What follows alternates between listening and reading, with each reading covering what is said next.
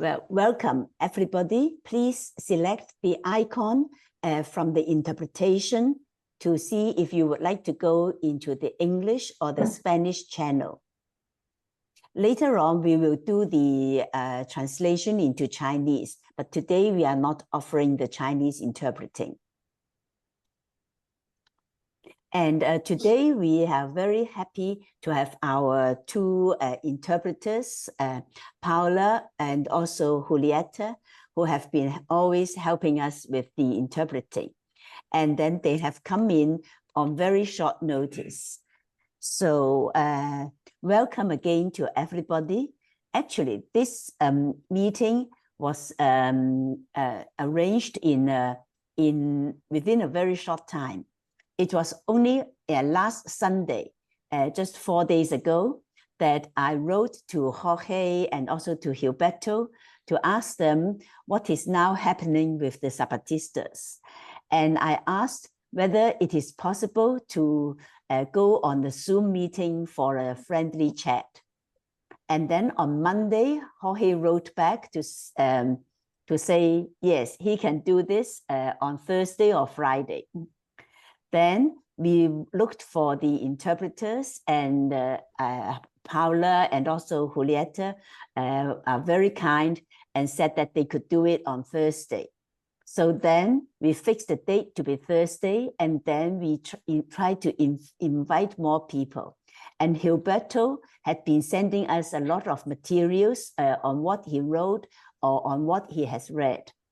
So it is our really very great pleasure to have Jorge, Santiago, and also Gilberto to be with us tonight, even though it is only 4 days before that we started communicating with each other. And today we actually have quite a number of friends who have joined us, some that we know and some that we do not know, because we've informed our friends and then they were inviting other friends. Now I see that Juan has also come in, Juan Ojeda. So thank you so much, Juan. Please go to the Spanish channel. You could log in to the interpretation to the Spanish channel. So Juan stays also in San Cristobal. Gracias. And so, gracias, thank you. So what I would like to propose is that today we will have a 2-hour discussion. And if we are really very excited in the discussions, we can go extend by 30 more minutes. So that means we will run for 2 to 2.5 hours. So I would like to invite Jorge to speak for 20 to 30 minutes about the situation in Chiapas. But then maybe before that, I would just say a few words. I think we all understand the difficulties with the drug cartels controlling the territory, and with the Lopez Obrador government, which has been pushing for all the modernization with the Maya train, etc. So the situation has not actually improved much during these years. And then for the Zapatistas, after the uprising in 30 years ago, they started to have the juntas of good governance in 2003. So at that time, then the idea was that they would consolidate the structures, the organization of the communities. But then 20 years after that, they announced last year in a series of communiques between October to December to say that they would be dissolving the juntas and they would be changing the form of organizing so that it would be much more grassroots based. And so now it has been, 10 months since this change. And so there have been a lot of speculations also as to what has gone wrong. Or is it a way, is it a more defensive move for them to dissolve the juntas, or is it a creative way in this situation of fluidity, that they would be trying to find better ways of strengthening the local organizing? So there are many questions that we have, and we also have here people like Margaret, who has been in solidarity, in the solidarity movements. And so there would be a lot of speculations and also concern about the situation. So now I would like to invite Jorge Santiago to tell us what you think, or anything you wanted to let us know. Then we will have Gilberto also then as the second speaker. And Juan, if possible, we would like you to be the third speaker after Gilberto. Thank you. Jorge, please. Thank you. Good morning, good afternoon, good evening to everyone. It is a pleasure for me to participate in this broad conversation with so many people who have been working hard and devoted to this perspective of the world. And October the 10th is a day that makes me feel joy, and I consider this is something that implies reliving processes, situations that were very important. And I think it is key, the question that was asked regarding the process of the Zapatistas and their organization, what the present time means, what are the strengths. To me, I'm going to try to develop certain topics briefly. One of the things that I consider is that the Zapatista process is continuous, is not fragmented. It is in a continuous movement.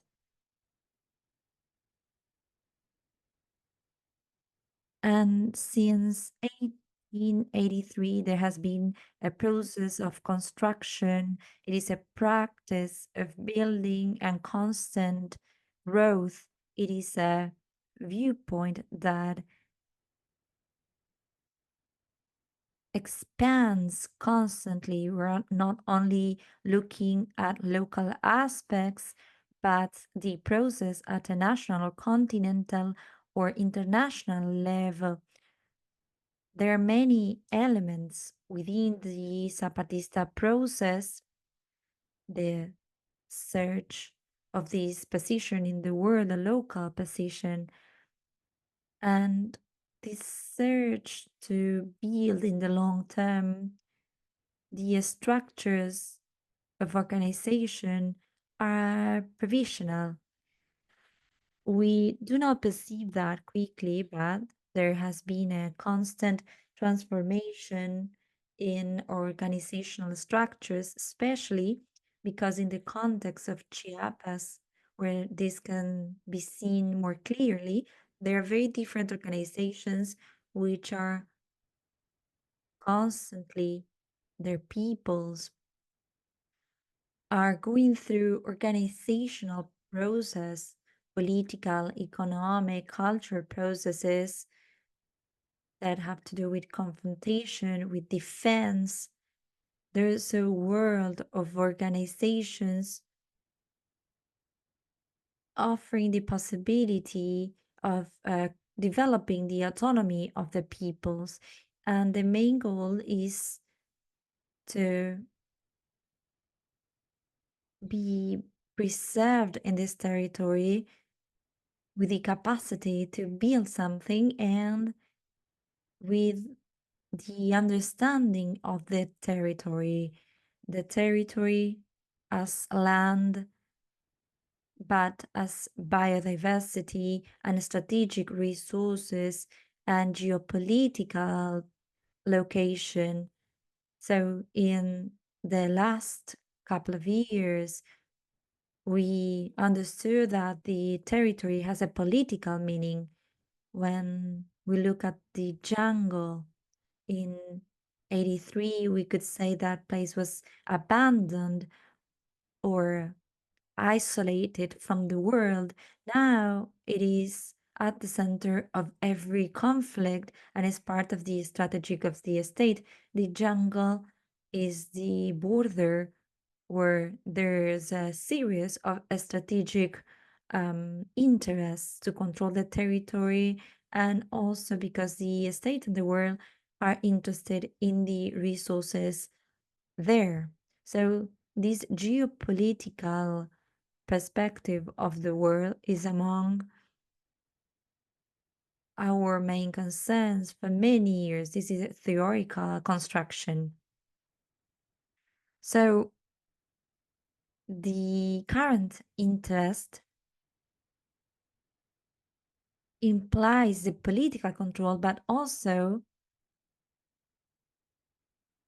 making people go away from these places or taking meaning from them. So there are threats on people, their identity, their capacity to live, to produce, their relations, and the fact that they have been part of this construction. So this is the threat that is posed today.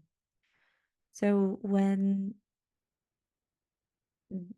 there's a possibility for this state strategy to be implemented in the last couple of years, well, this has happened for many years, but in the last couple of years, they have declared the importance of the region in terms of communications because of the Maya train tourism, the border with Guatemala, the transit regarding migrants, drug trafficking, cartels, a series of elements.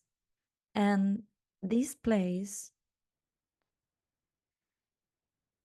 is of great concern to the state. The state wants to control this region, which implies a constant militarization and the presence of a war that has been described many times as a low intensity war that implies a counterinsurgency. So the Zapatista people have maintained this view in terms of the way they face this situation so that they can maintain the most important project, an alternative project to the project of the neoliberalism and capitalism and the control of the state.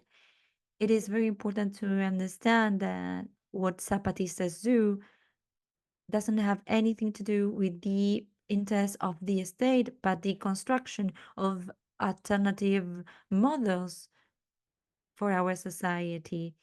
And this is part of the struggle, world struggle, in connection with building alternatives to capitalism, autonomy of the people, and making this alternative stronger, respecting their identity, their culture, and an alternative that is able to sustain itself. The government is not just isolation, but how do we decide, define our own goals, the strategies, strategic goals, and the idea of the government is something new that implies a very deep transformation in terms of what are we fighting for? we fight for their position or for power or our struggle against capitalism. Well, an alternative, which means understanding in a different way our relation with the world, with the land, with society, with assets, and transforming the idea of power. Power as the capacity to have our own resources or achieving peace or life or the capacity of having more creative relations and vitality as well. And there's a new element, the autonomous local government, which implies the capacity for every community or people or local group uh, of communities may exercise their capacity to govern, changing the logic that is the election of a government, but the practice of the government. These are two elements. The possibility of an autonomous people has to do with choosing authorities or those representing me. I give them power to decide on my possibilities or my objectives.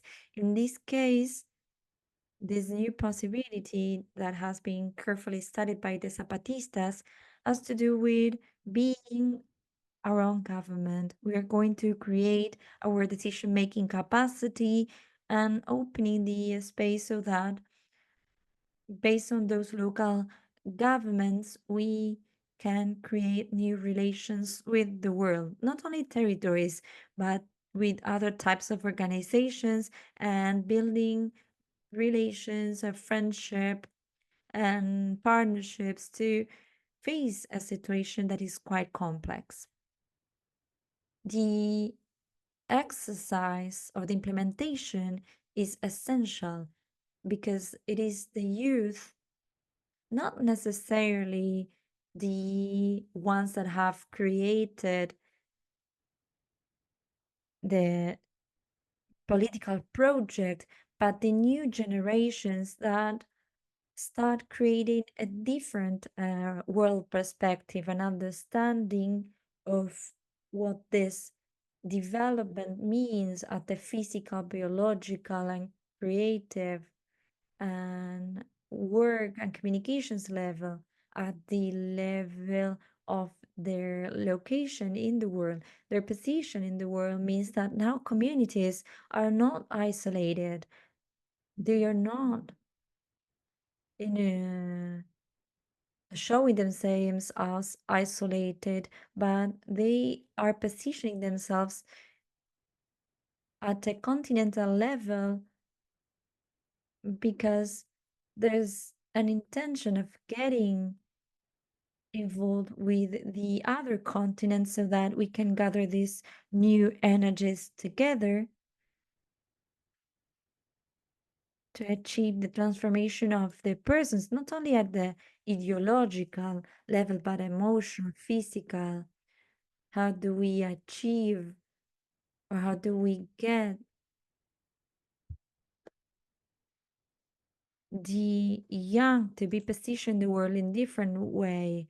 And this should be autonomous and create capacities to be able to access health services, having assets, and understanding that our connection or relation with land has to do with the construction, the creation of the territory. And these broad objectives that have to do with ecology, with the environment, that will save the world and the earth, should be considered as permanent or daily actions. It is not about searching or working for the future so that we can have a cleaner sky or better land, but it is today. The practice should be permanent, daily, and this should be our goal to live to achieve that. So I believe that in the last years after the statements that were issued, the idea of a long-term perspective, we're not working for the immediate future, but we are working for something that will happen to future generations. It is not just something internal. This is being celebrated, and on September the 15th, they have shown that they have summoned young people to do a marathon, inviting people from different organizations and communities to offer as presents some instruments that have to do taking care of the land in order to develop something collective or beneficial to everyone. So it seems that there is silence, that there is no activity after the trip to Europe. They seem to be silent. But there has been a process of communication, of internal communication and reflection on their relations and deconstruction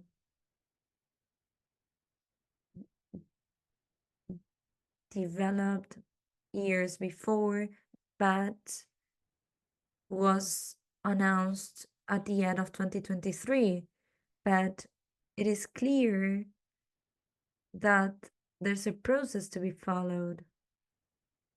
We should continue with the local autonomous government, the collectives, the assemblies, and we should not abandon the territory because that's the same space where there have been, and there are areas of conflict because there are other organizations competing, or there are organizations that are closer to the government and they are managing state programs and competing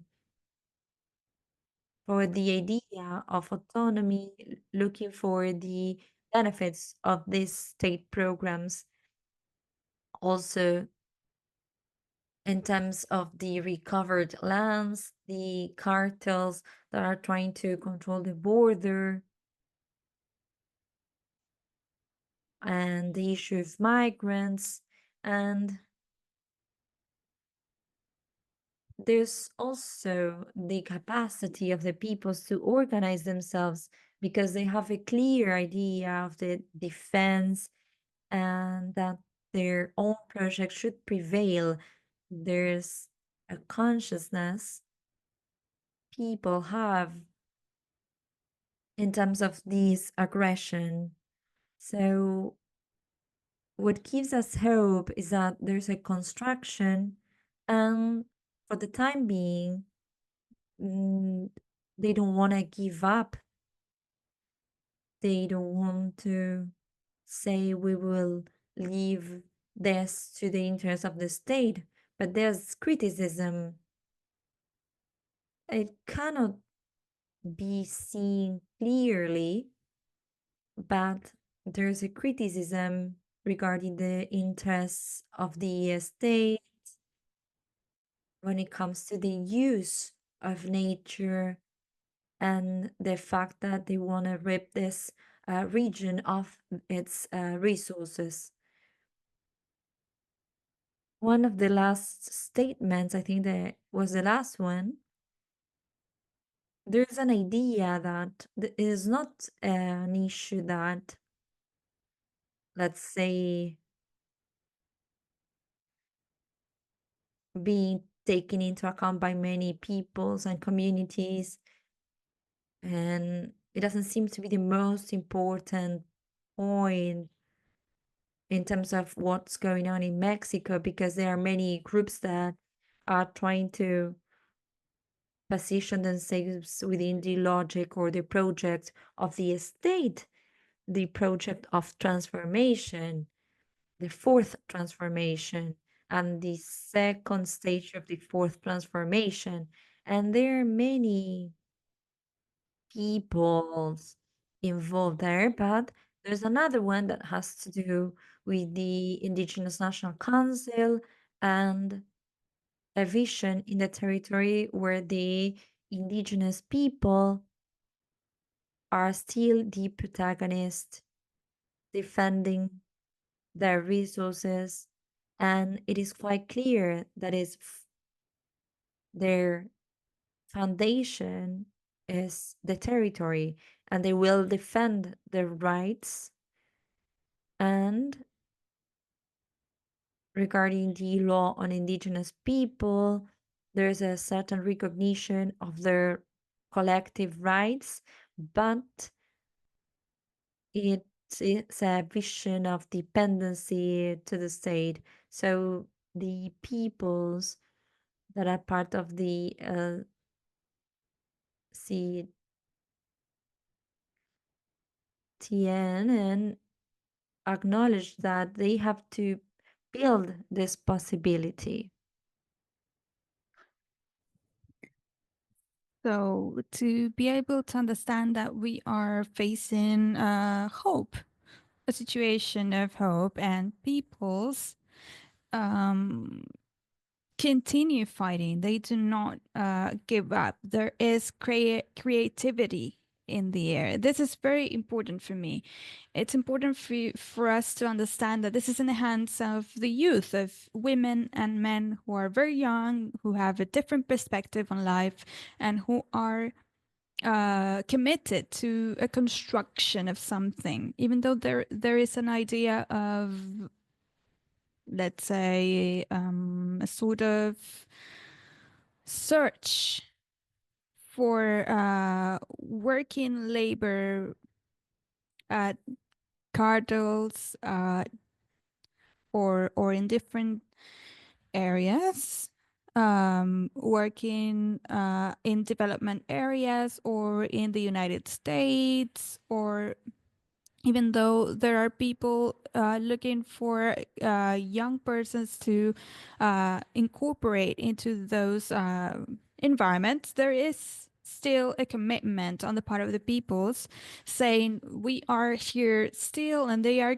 completely taken up by this commitment. So it's hard to keep hope up when you are just looking at the problems, because of course problems are plentiful. There's a lot of violence, there are a lot of aggression, but also there is creativity and awareness, and the idea of maintaining hope at this organizational level. I think one of the keys is that there is always a continuum. It's been 40 years since 1983, and they are still there. So in a way, we as a whole, we enjoy this novelty, this new capacity of seeing things differently.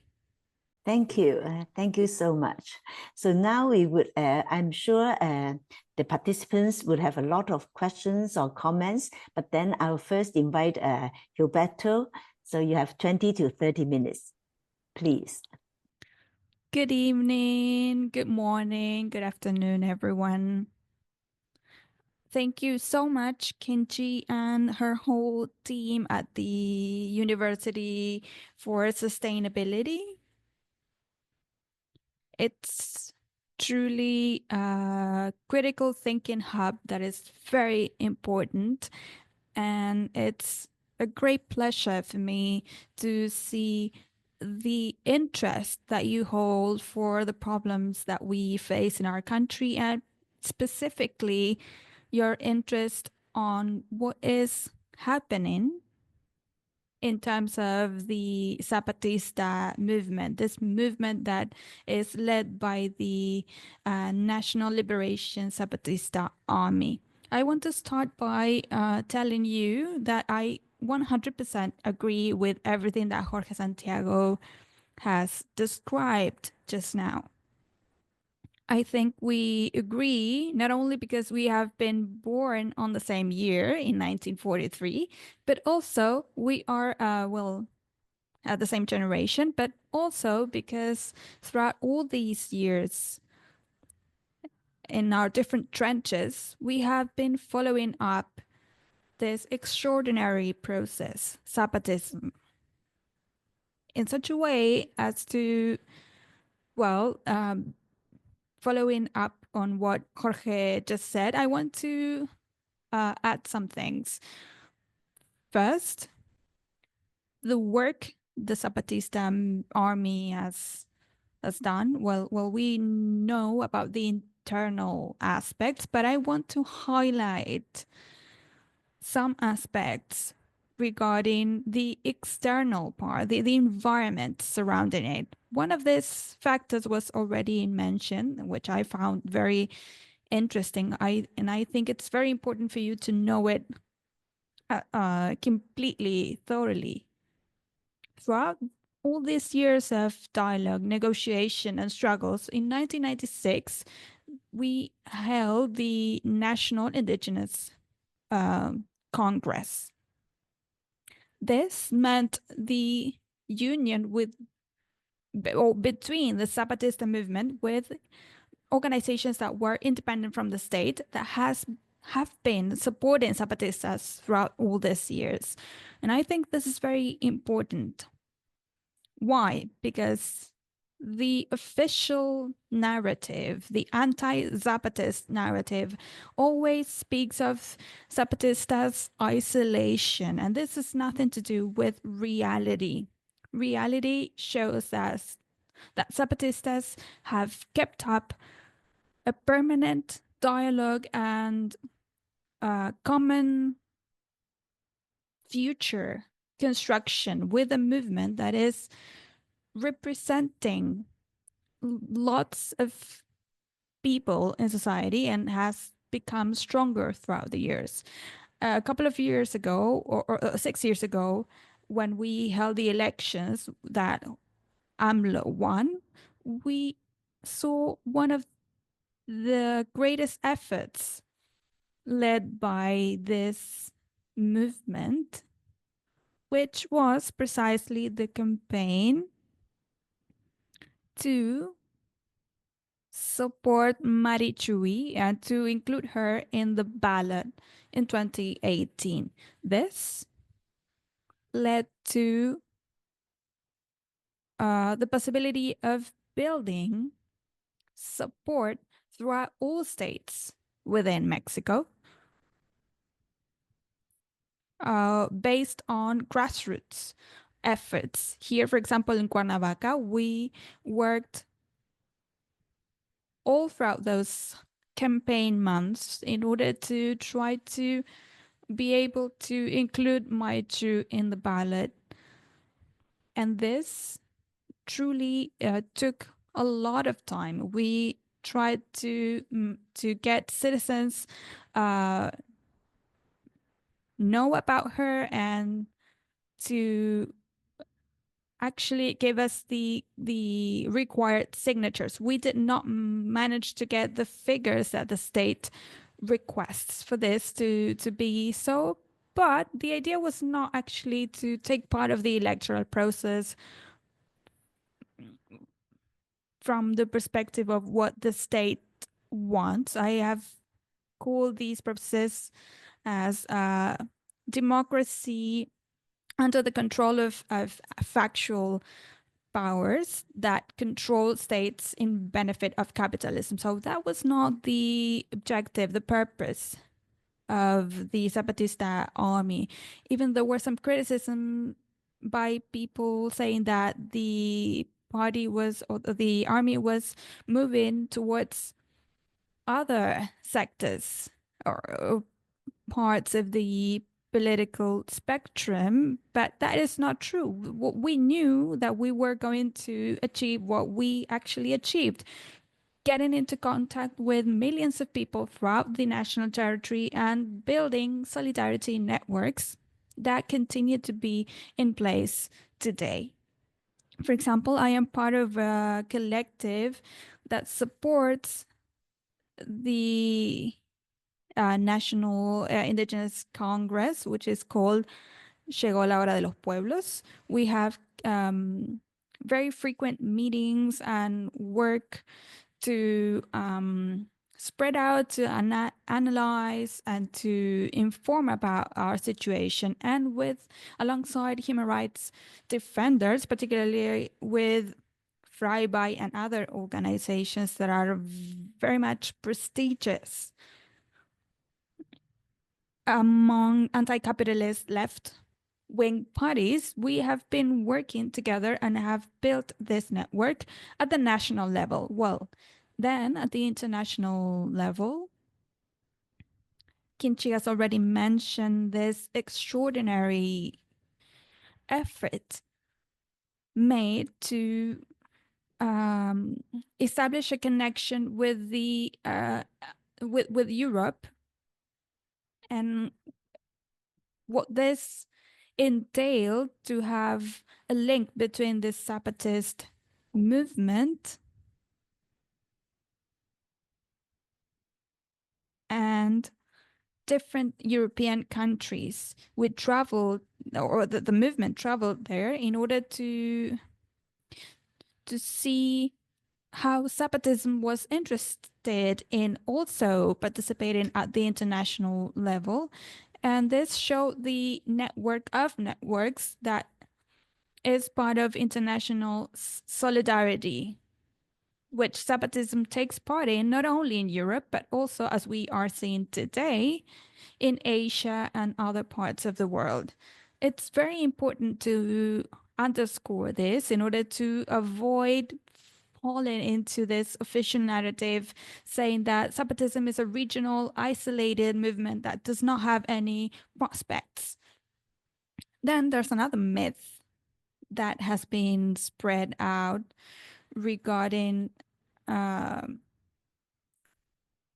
anti-insurgent movement, which is to say that Zapatism is supported by some, but there's even a Russian journalist that it's not even worthwhile mentioning his name. Well, he says that the Zapatista movement receives economic support by the British Crown. Do you think this could possibly be true in any aspect? I have been of course debunking this statements. This shows that the Russian journalist himself is getting some money to create this sort of narratives at the global level. So Zapatism has, of course, connections, links, and a brotherly relationship with Rojava, for example, and the whole resistance movement of the Kurdish peoples, which, by the way, that's another process that truly calls the attention of global organizations around the world. And it's very much connected with the Zapatista movement. And it's so good that we have our colleague, our comrade from Rojava here, because that process has also called the attention of anti-capitalist resistance organizations, given its coordination out abroad and this autonomous government networks. And I believe that this is one of the processes that is truly hand in hand with the Zapatista movement. Then I also want to highlight another aspect that was mentioned by Jorge, but which I would like to repeat, which is the continuity of the Zapatista movement, but also the fact that the Zapatista movement reacts to a different continuity, which is the continuity of the anti-insurgency, which has been working around the globe since 1994. So in that regard, we were sent a video that I really liked.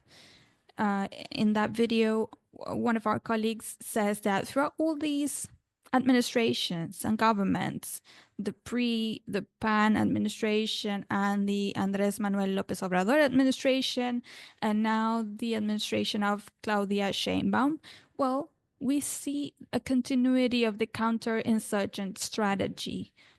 And this has been covered up by the official narrative. And it's surprising in the context of the anti-capitalist struggle, because we see the previous administration and the new president's administration being hypocrites in the face of a very concerning phenomenon, which is the militarization on the one hand, and on another hand, militarism. I mean militarization in saying that armed forces have never had so much power as they have right now. Armed forces have become and have trumped over different competencies of the states. For example, they are involved in the construction of mega projects, in controlling the ports, the customs, public security,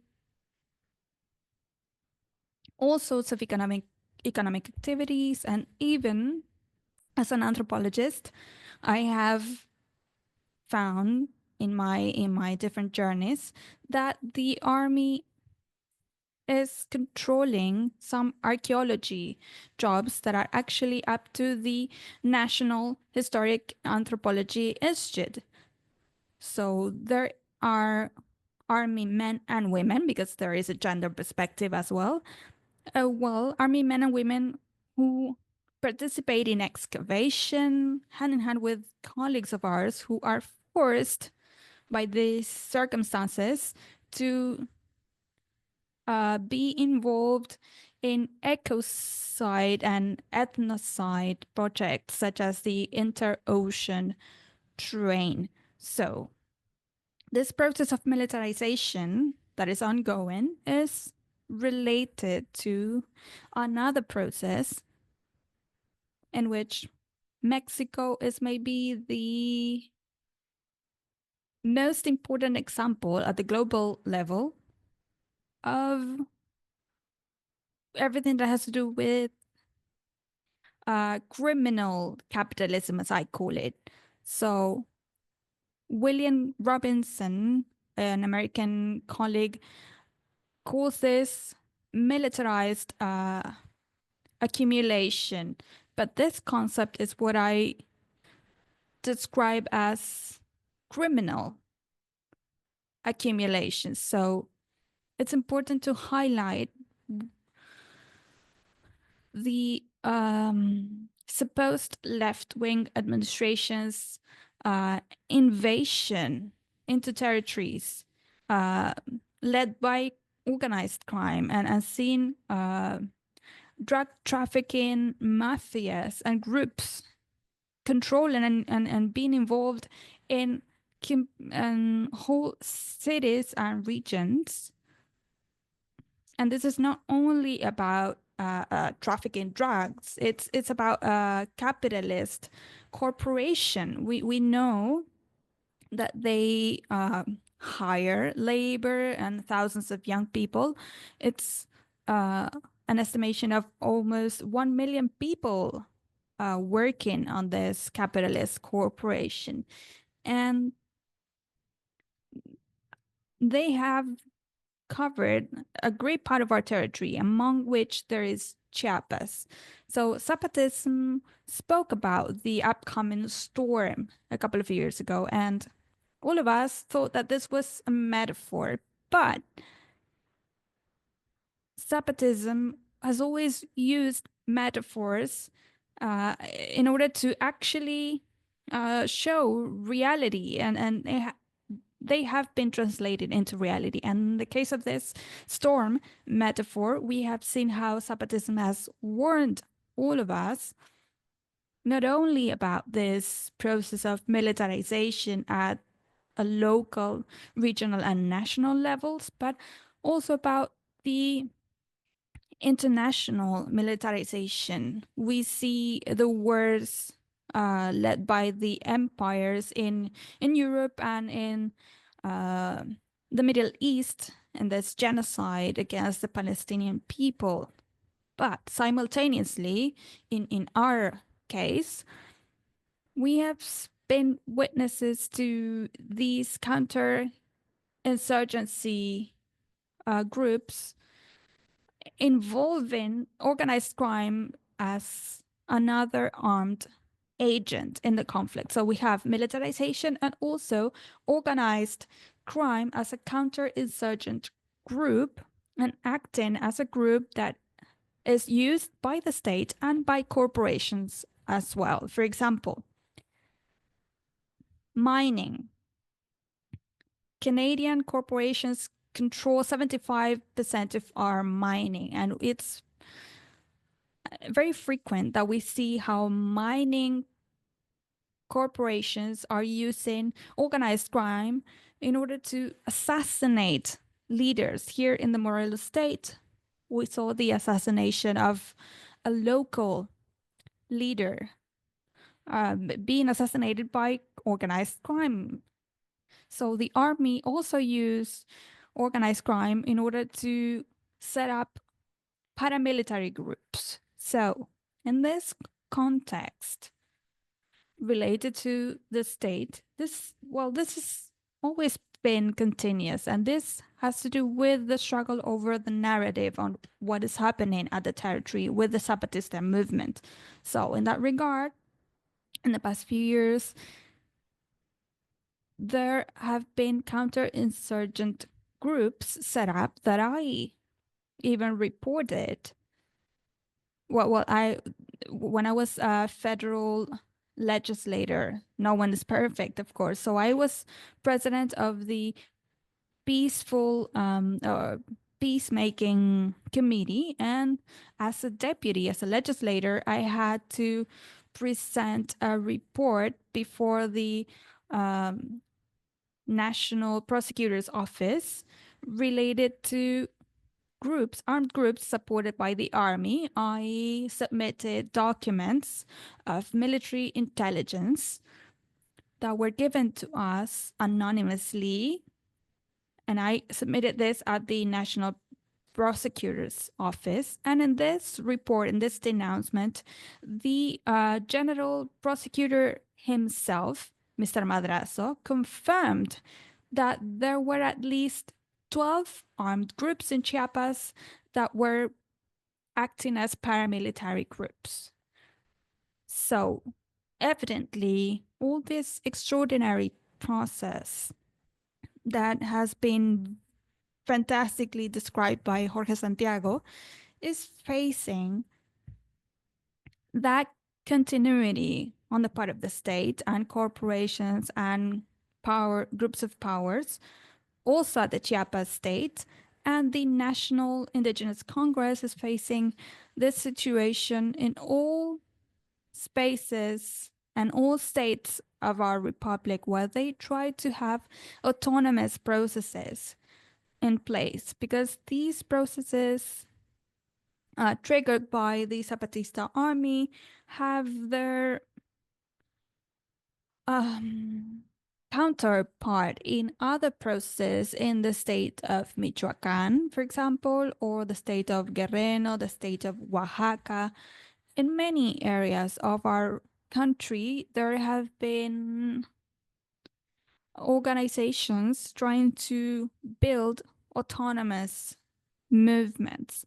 This is not an exclusive process only led by Zapatists. This is something that is replicated in other parts of our Mexican Republic, and that has resulted in the National Indigenous Congress being a network of autonomous experiences that resist in territories the attack of this new process of recolonization that is happening in today's Mexico through all these instruments that actually make it very difficult for the peoples to invest, or people that do invest energy in defense against organized crime and defense against the presence of the army and the presence of capitalist corporations that are not only related to mining, but also related to water. For example, Coca-Cola is controlling an enormous amount of resources of water throughout our territory. Then beer companies and soda companies, they take up water, and also they are covering lithium. And another continuously present actor that is working on a daily basis 24/7 is something that we do not really discuss in our Zapatist environment, but which I would like to insist upon, which is what we call Marxist-Leninist, what we call global action, global capitalist empires, because all these efforts related to military control is led by the Pentagon and the United States.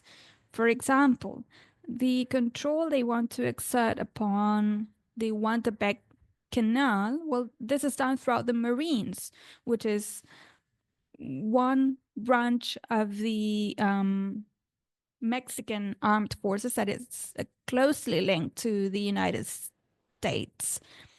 The Marine of Mexico recently, last year, signed a cooperation agreement with the Army of the United States that includes dozens of other agreements without going through the Senate, which is the chamber that should look over or revise these agreements. So the control exerted by the United States on this ism or on the borders between Chiapas and Guatemala and the other parts of Central America is exerted through armed forces, which are under the control of the United States. So this whole network I reported in a book that is called Studying the Counterinsurgent in the United States, Manuals, Mentality, and Use of Anthropology,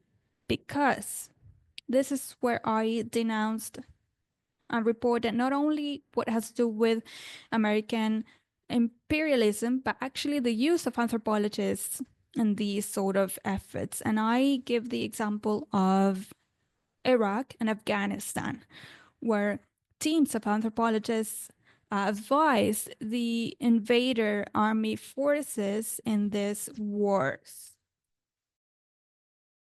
So in the case of Mexico, anthropology has to do or also works with mega projects or mining corporations, so that to influence the process of colonization on the indigenous peoples, which the Zapatista movement defends through the Indigenous National Council.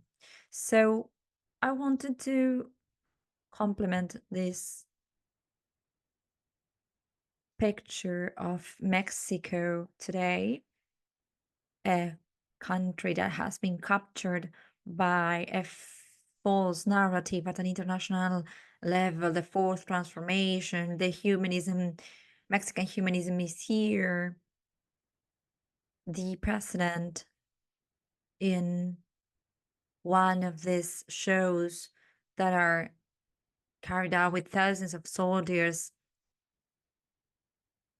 stated that the Mexican army was the one participating in the new humanism, but the Mexican army has a long list of state crimes like the ones in 68, 71, and the so-called Dirty War against the insurgents in Mexico, with thousands of people who were murdered and tortured, with the participation of the armed forces in organized crime.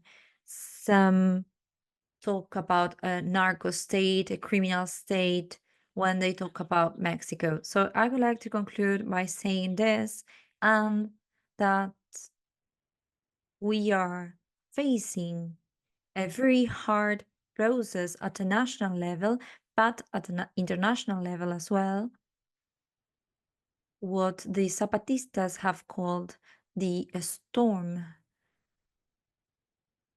this environmental, political crisis, the lack of prestige of all international organizations that has to do with their inaction in Palestine, for example. And I believe that a webinar like this one promotes our struggle. Zapatistas do not quit. We keep on fighting to achieve a better world. Thank you. Thank you so much, Gilberto. So Juan, now is your turn, please. Thank you, Kimchi. Good morning, good evening, good afternoon to everyone. We are scattered all over the world, but we are together. We are concerned about the same things.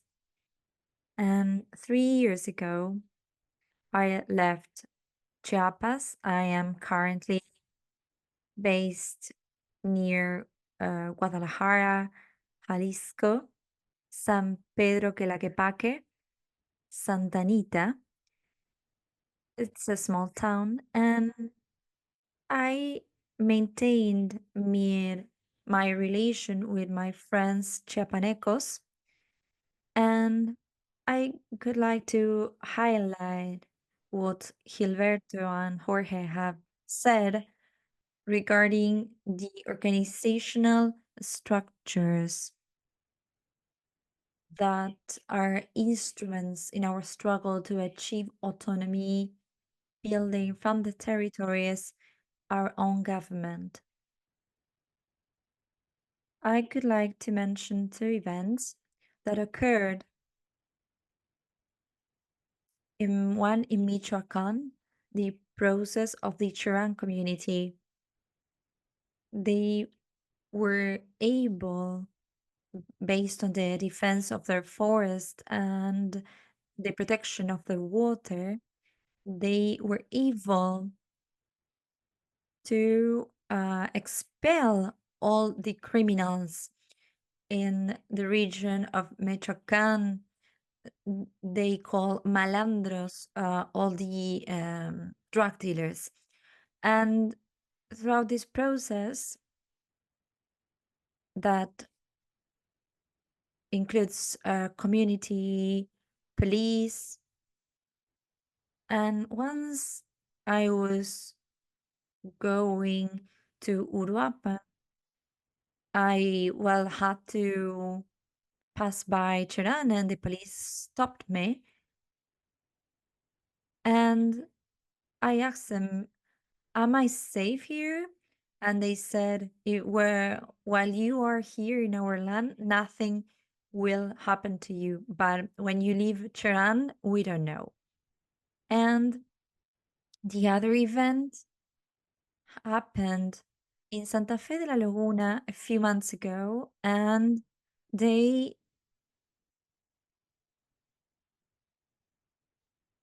wanted to co-opt some persons in the community, drug dealers, I mean, but the community told these persons that will not occur here. If you want to work with that organization, you have to leave the community. If you want to stay, you cannot have any relation with them.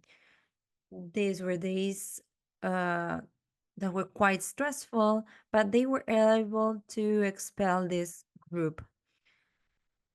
So it is possible to fight at a local level against this situation. And the use of the government in order to affect community processes through what Gilberto called the militarization of capitalism, this criminal militarization, how criminal corporations are being part of the government itself. And that's the problem. Zapatistas want to fight for their lives, and that means fighting this process that manages death. The government is saying who can live and who should die. So the resistance of the community in this process, the fact that they want to keep on living, fighting. And in Jalisco, we defend the Naguas. The Naguas defend the territories, and they fight against mining projects. And in Michoacán, in the Ostula region, which is near the coast and the limit with Colima, there's a movement of resistance against the use of militarism. So, although it is necessary to sustain the hope and the reason of our resistance, I would like to say that the image of the trees when the winter is too long, trees grow inside, they strengthen their roots. And I think that what Zapatismo is doing now, they are strengthening the roots even more. I have been here for 3 years. I maintain only phone calls with everyone, and it's a pleasure for me to listen to what Jorge and Gilberto were saying. And that's all I wanted to say. The struggle of the Zapatistas continues. There are similar struggles, and they keep on resisting. Thank you. Thank you, Juan. It's such a pleasure to see you again. And Alicia, would you like to say something? Thank you, Kinchi. I don't think I have anything else specific to add, sorry. I think just generally listening to Gilberto, to Santiago, to my father, it's been such a long struggle. It's crazy to think that it's been 30 years of the Zapatista uprising. And some months back, there was a photo exhibition of the 30 years here in Mexico City. And I was so surprised to see how the full auditorium in Mexico City came full of young people and people who probably were born after 94, and they're still coming up and they're still aware of this struggle and they're still interested, and how even if it's not always in the media or shown, there's people that are still following. There's a lot of youth, and what my father was saying, there's a lot of like joint struggles and they're creating links between new struggles, like the movement for disappeared people in Mexico. I'm pretty sure you're all familiar with disappearances in Mexico and the crisis we're going through. And the fact that Zapatistas stay as this beacon of hope, I think it's really valuable. And I see it, like I teach in the university for a long time, and I was surprised by the fact that 20-year-olds, 25-year-olds were still aware of what happened. And the ones that didn't know about it found it as a source of inspiration of a struggle that is here in Mexico.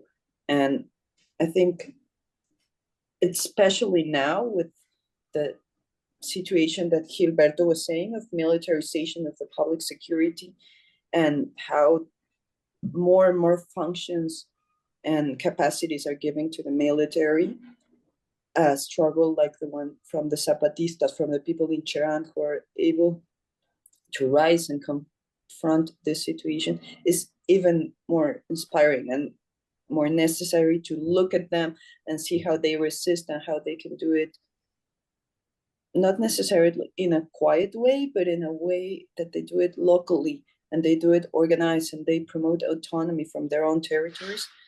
I think it's key, and I find it so interesting that I'm looking forward to see what people from all over the world are thinking and how they're and creating these bridges between struggles. So thank you so much for the opportunity.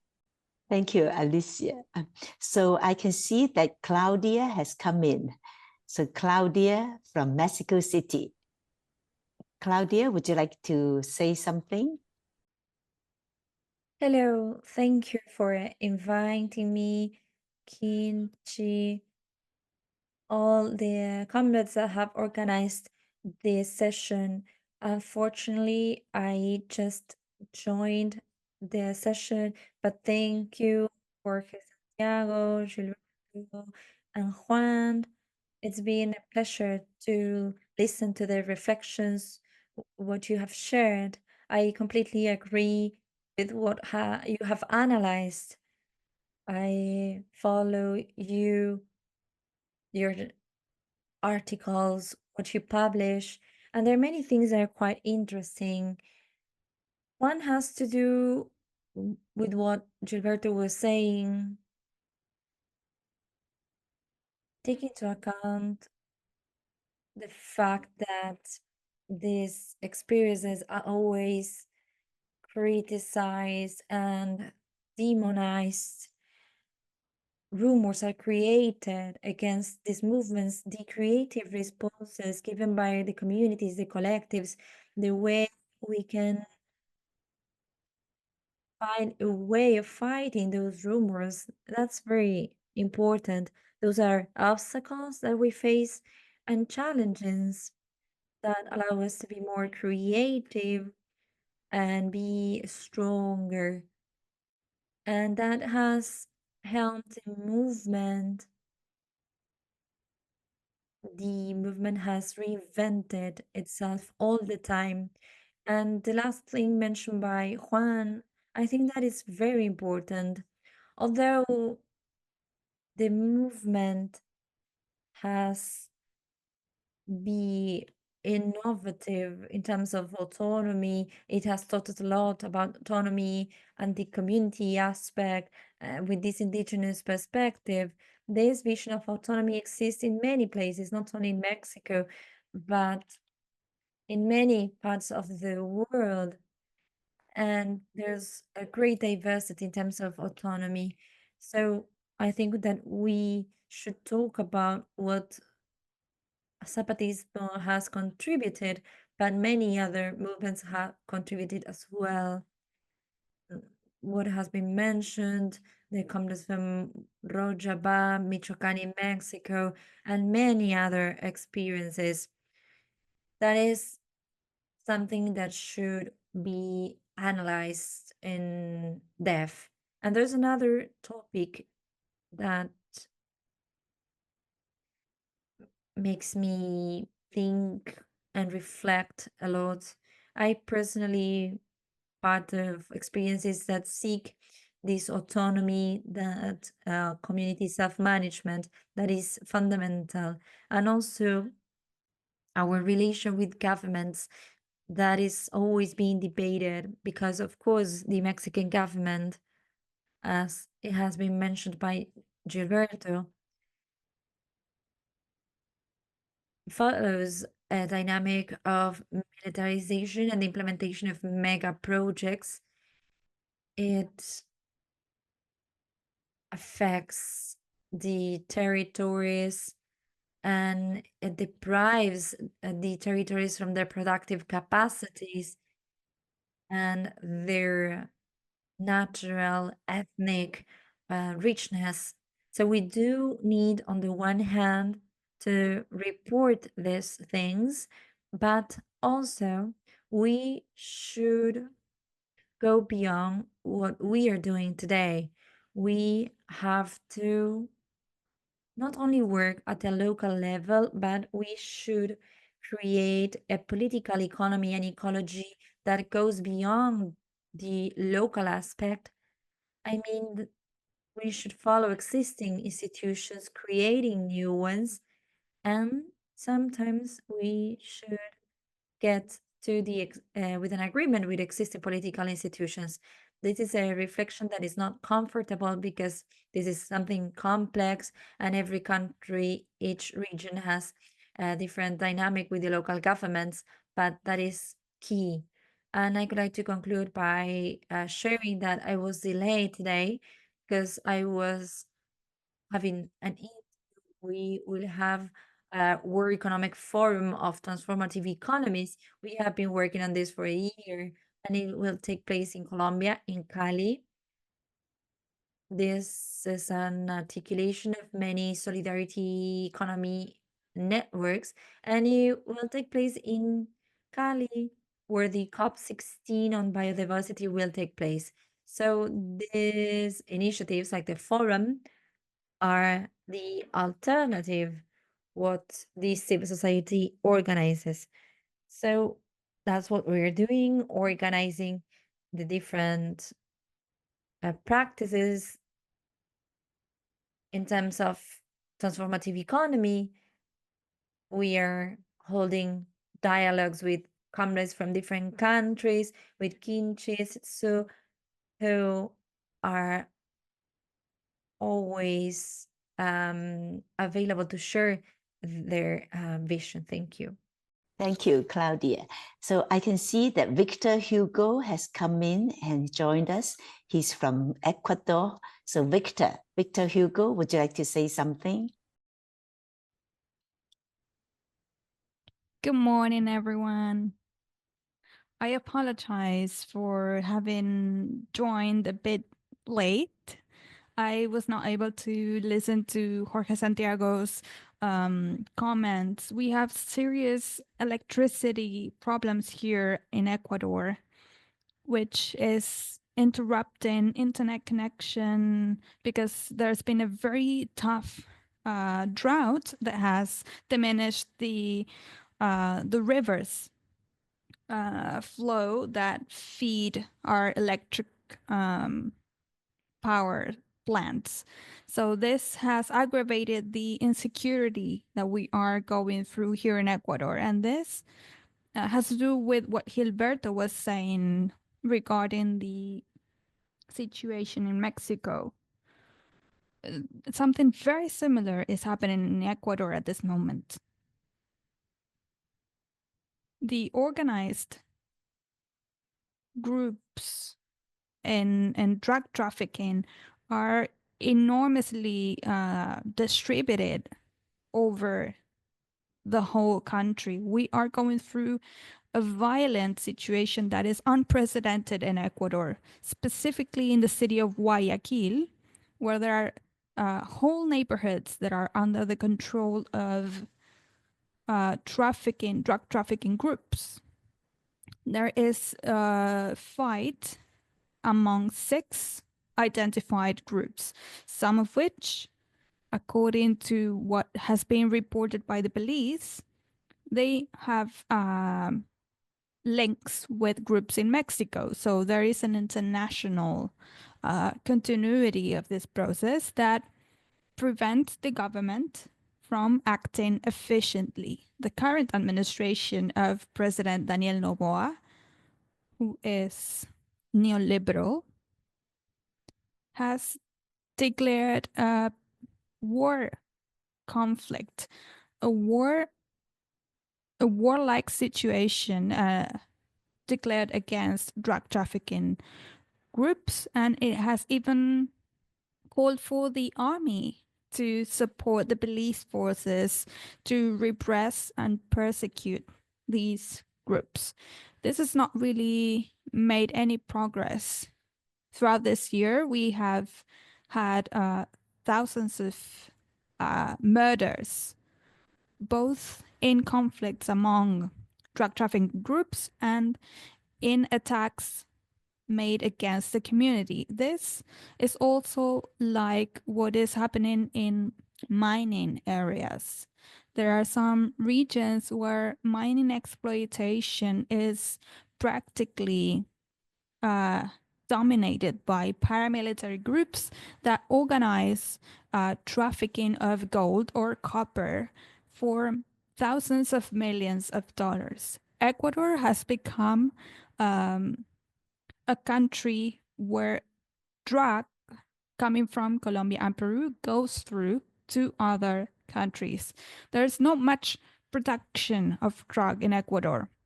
Most of it is being trafficked with the complicity of some economic groups, since there are three major sea ports that are being used so that boxes or any sort of container filled with drug are exported to Europe, mainly Belgium. So Ecuador is living through an enormous insecurity. People are very much afraid to go to the streets, whether it is at night or during the day. Violence has been on the increase, and small companies, hotels are closing their doors early. There's a big concern about this because shops are closing off because they fear robbery.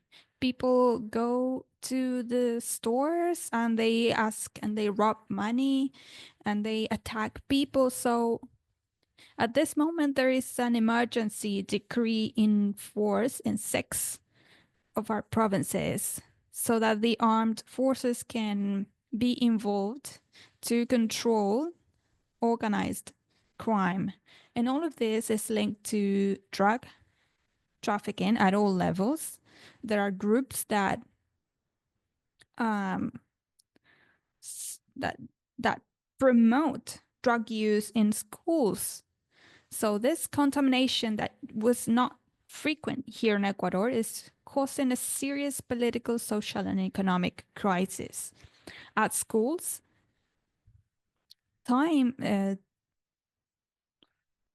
classes are changing times so that kids can commute without being exposed to danger that much.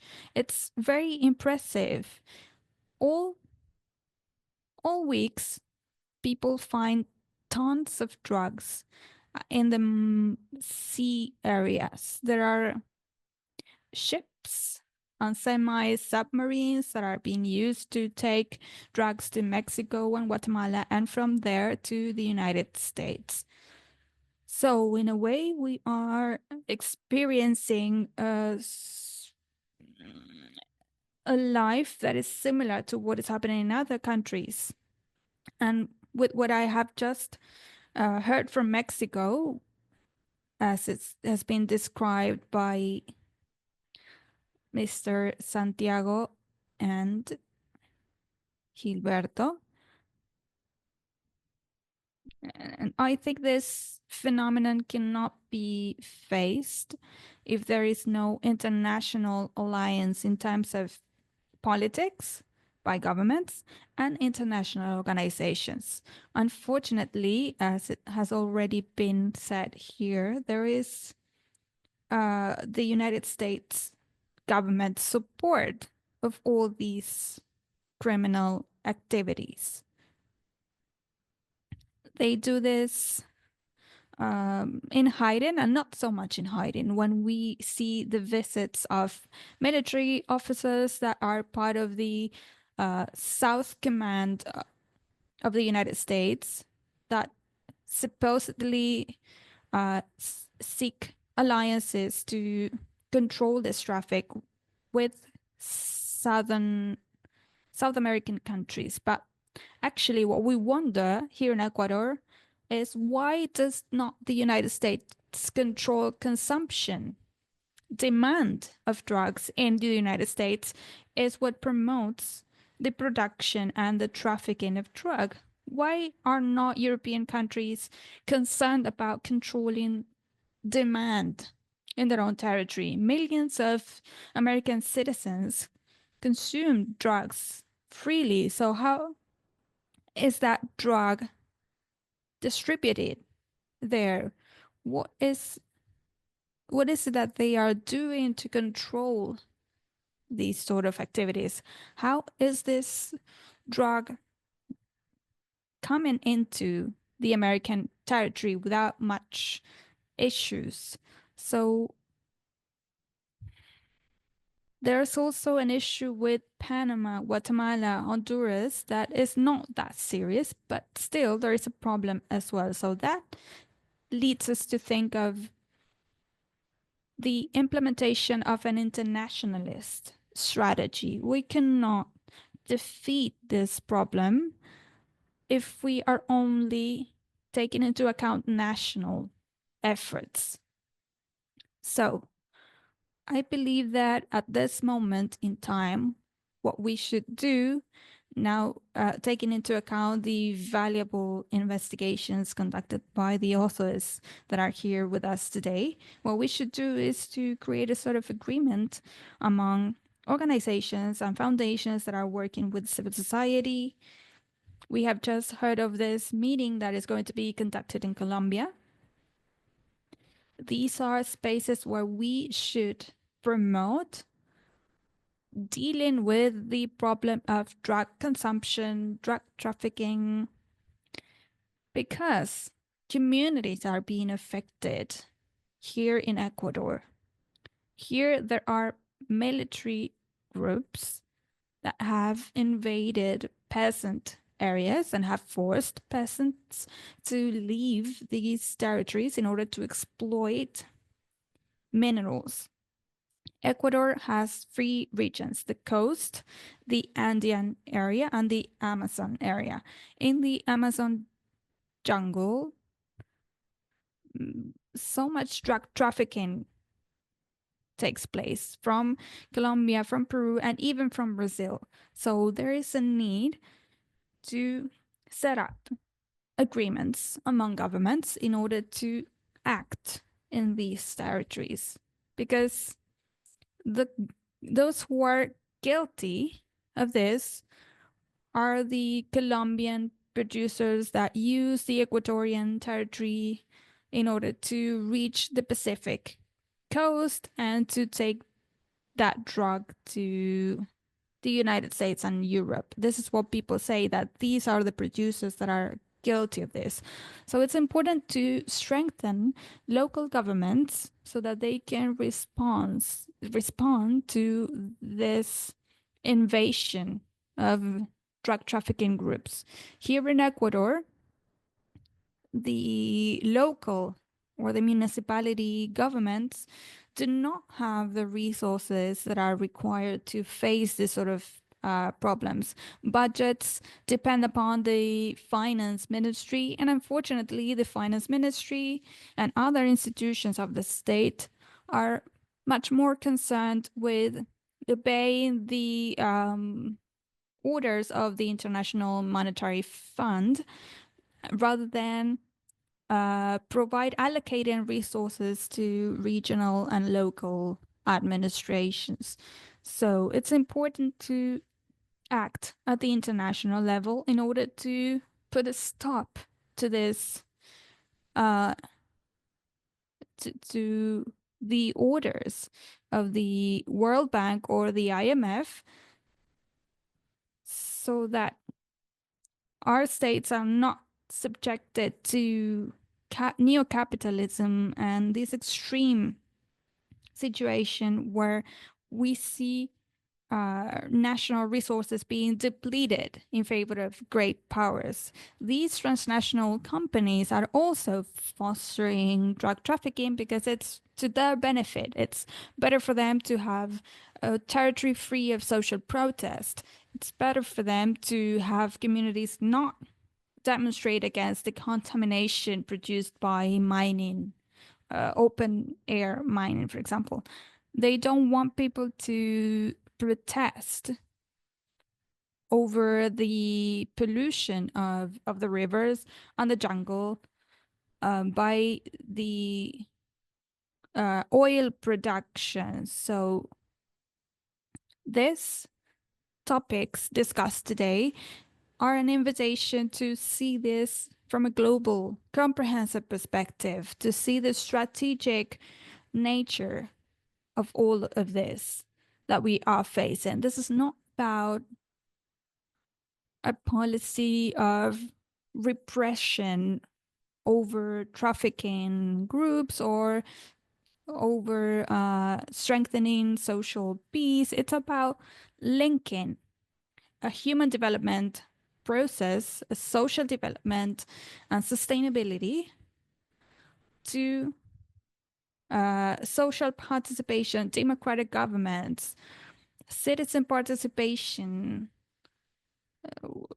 in a way that they are decisive over public policies, and also taking into account health and education that is deteriorating over this.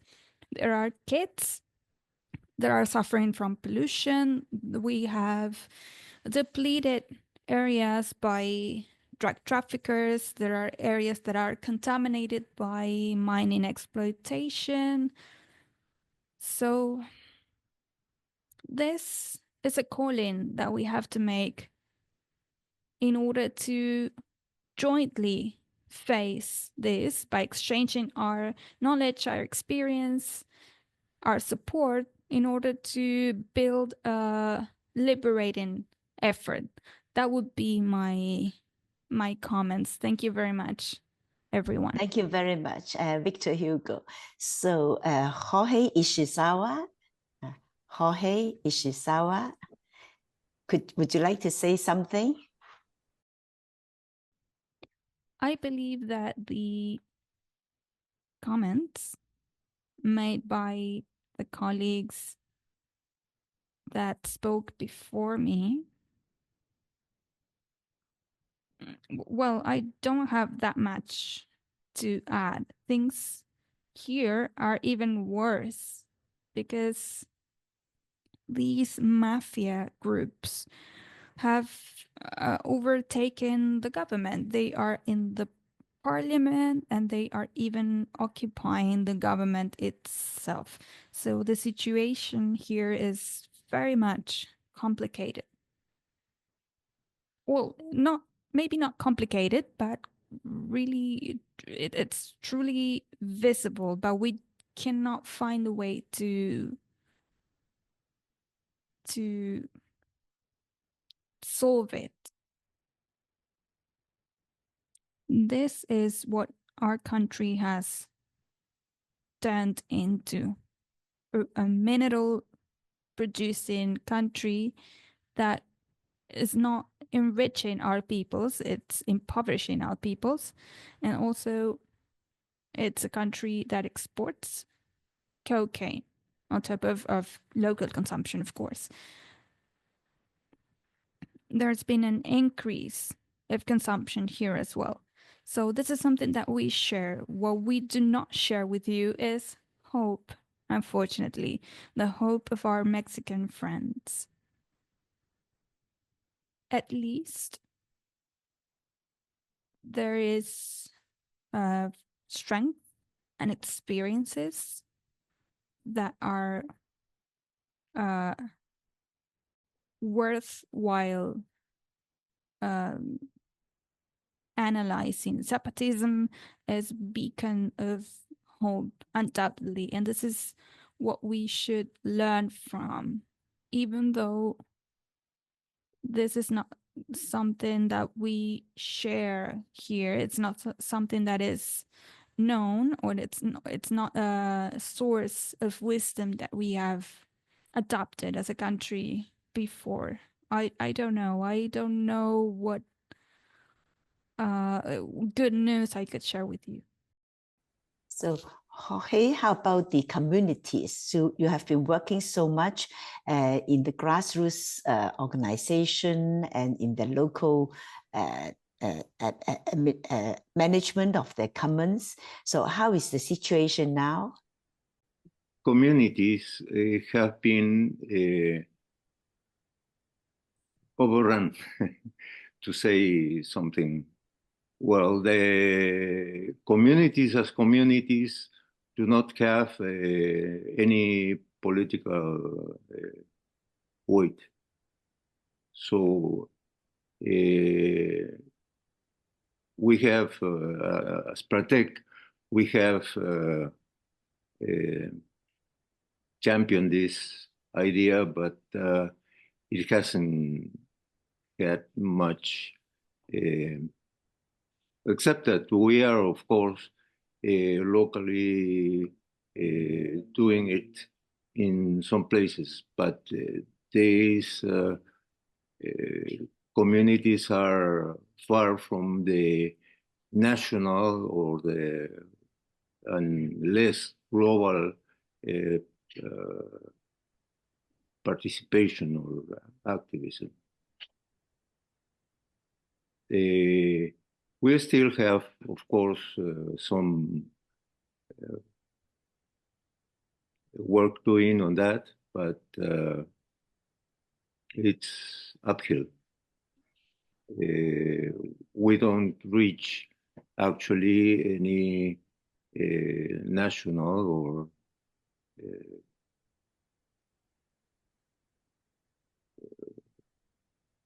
more international recognition than national one.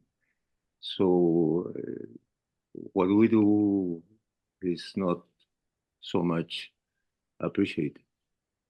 We're now especially concentrating on education at the local level, and that's what we are trying to share. Well, thank you. So you see, I'm not optimistic at all, but we keep doing it. Yes, but I whether would we are like to- optimist or yes. Yeah, well, we have to be optimistic. Yes, thank you. So I Yeah. wonder if Nourshan would like to say something about what's happening in Rojava, or if any of you would like to add to the your comments on the Zapatistas, or if you have any questions for our speakers, please just unmute yourself and speak up. But Nourshan, maybe we could hear a few words from you about Rojava. Thank you so much for all friends for their comments, and we was so interested about learning more about Zapatista and their struggles and their experiences, because we know that we have many things in common with each other. And nowadays, Rojava is experiencing so many issues because maybe you all know about the situation in Syrian conflict and crisis about Palestinian and Israel and what's happening in Lebanon, and it's a direct conflict, a direct effect to us, to our region in autonomous administration, because we are facing a new reality when the arrivals from Lebanon, from war or what's happening in Lebanon, the Syrian arrivals are coming in thousands people from Lebanon to our region, and we are facing to deal with them in autonomous administration and all institution.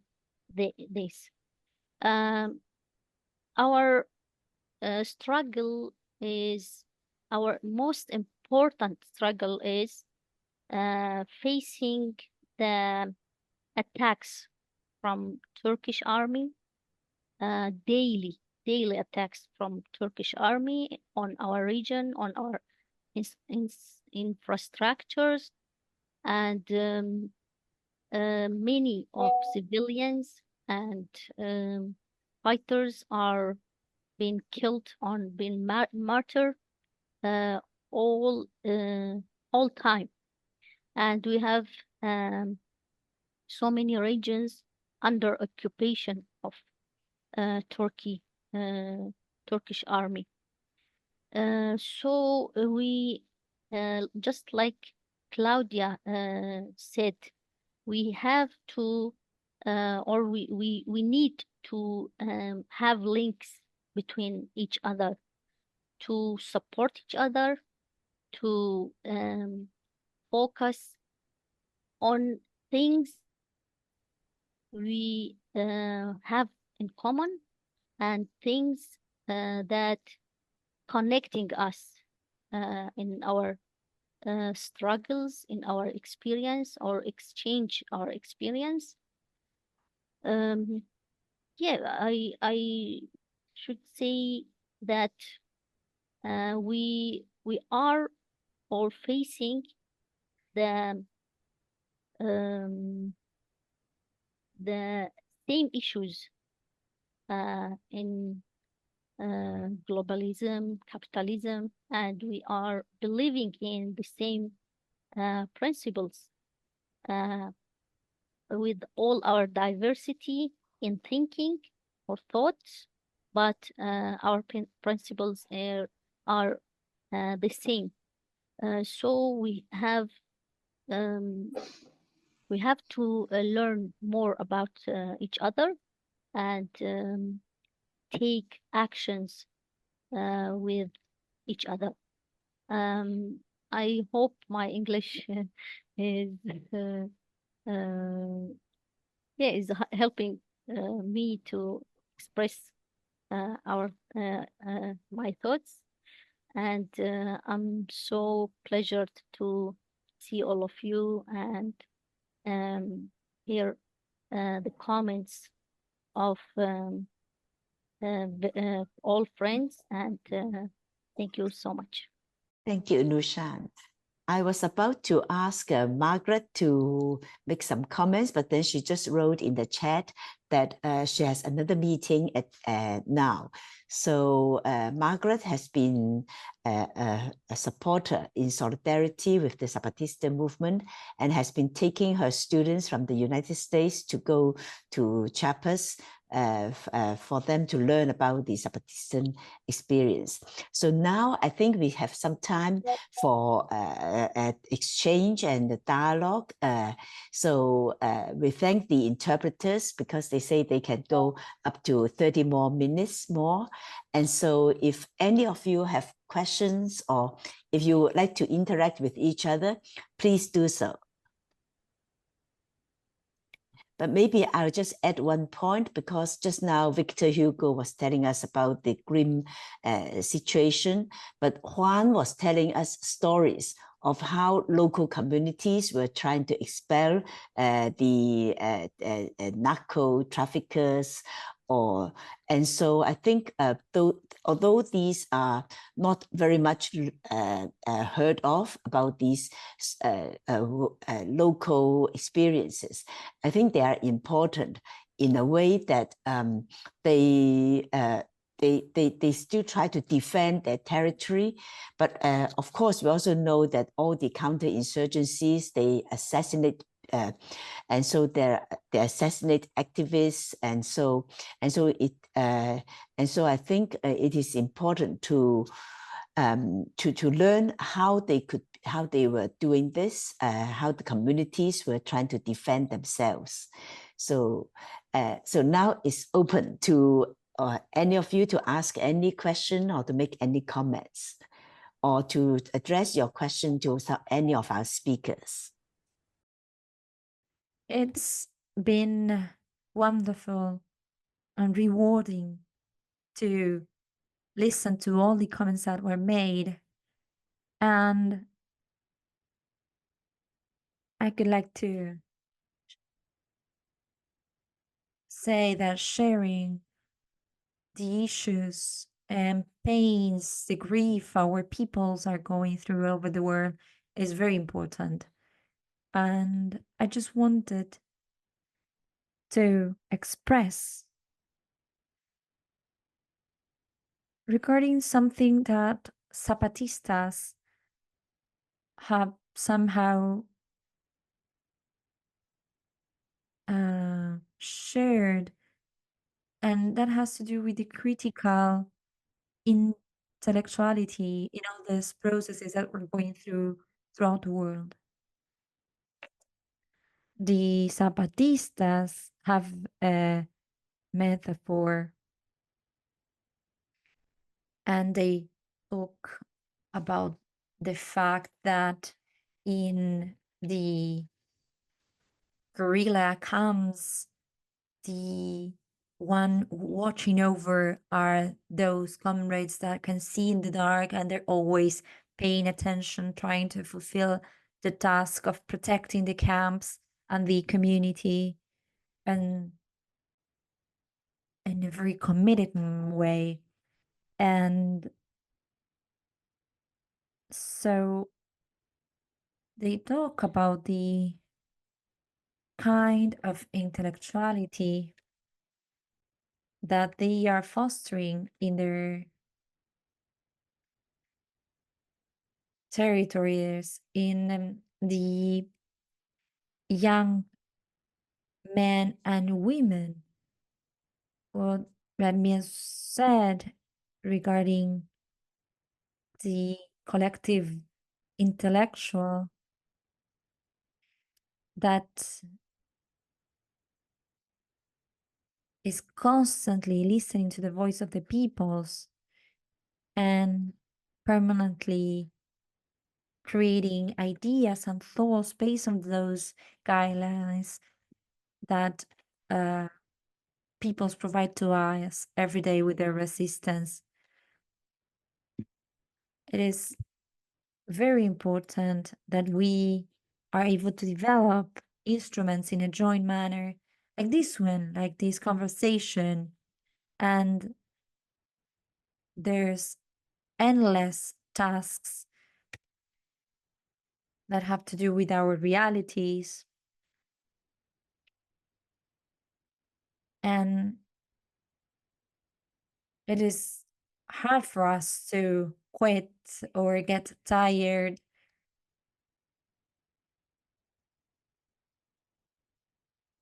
or be part of that world in which capitalism wants us to live. I have called it the phenomenon of the selfie generation, as millions of young persons live in this planet, addicted to social media, to the smartphones, to an individualistic perspective of the world. which is very narcissistic. They take thousands of pictures of themselves, and there have even been deaths because of this practices, because they want to take the best picture, and they have died in their attempt. So that's the generation capitalism wants, the one promoted by capitalism. But Zapatistas show us the other side of that coin, the other point.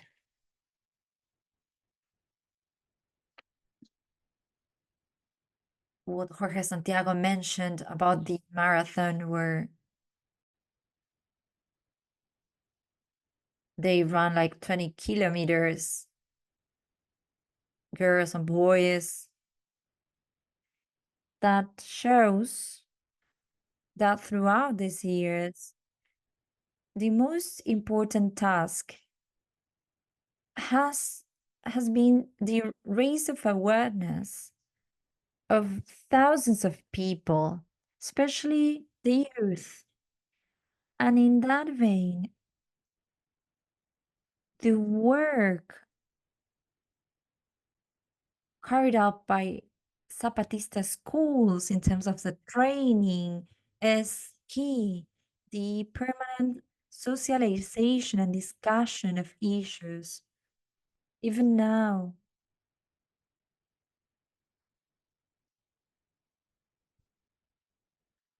they have community, governments,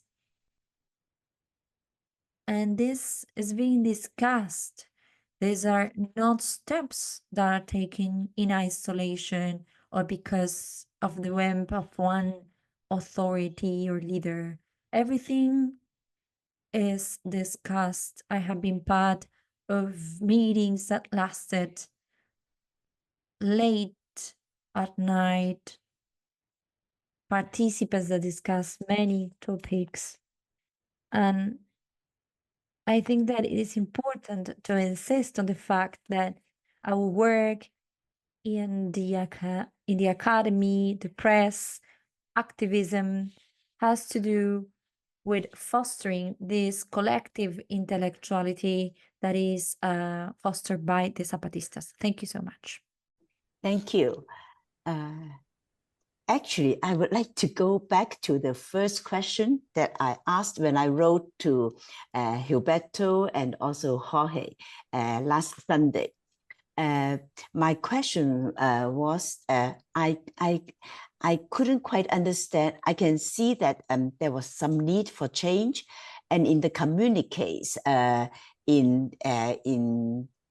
November, December last year, they were saying that the Zapatistas were saying that they would want to dissolve the juntas because there were also some problems of the distance between the authorities and the local groups. And so they were doing away with this vertical, so-called vertical structure of the local communities, the caracals, electing authorities. But then in the past, the juntas were supposed to be by rotation and also being very democratically elected with a lot of participation. So now then the turn was that it would be there wouldn't be any more juntas. There would be the local groups that would also, but they would still form some kind of network. So I don't quite understand this new form. So maybe you could explain a little bit about this, because I was also reading a book written by Jerome Bachet. There's a book that Margaret sent to me. So this is the one translated into English.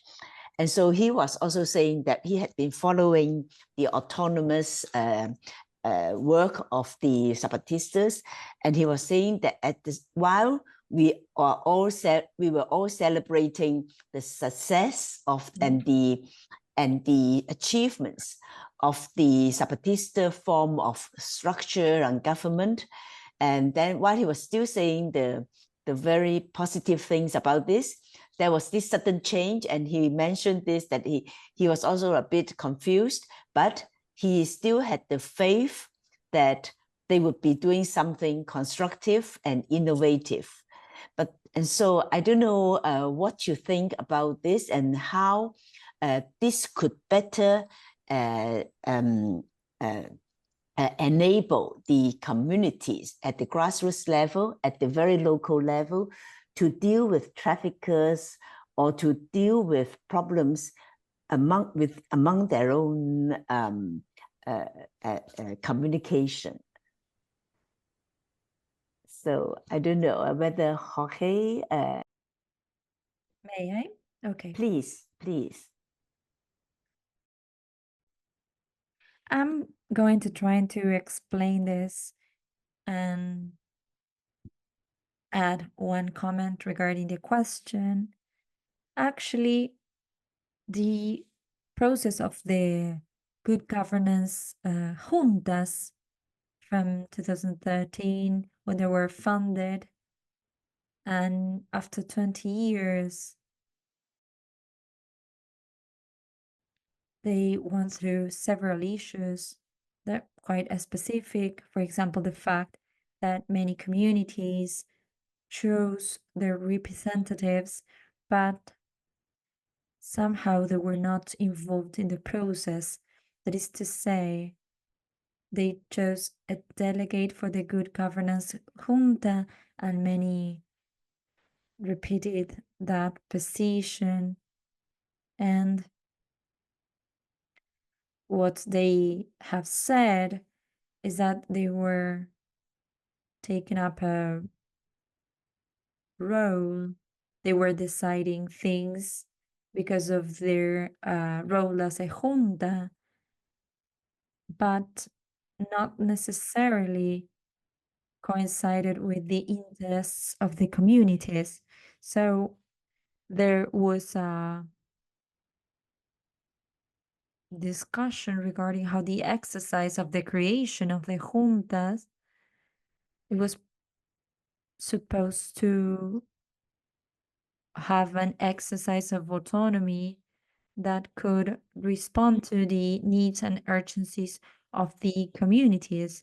And another element that grew in this couple of years are the confrontations and conflicts within the communities. Conflict before the organizations that attacked the communities, and another one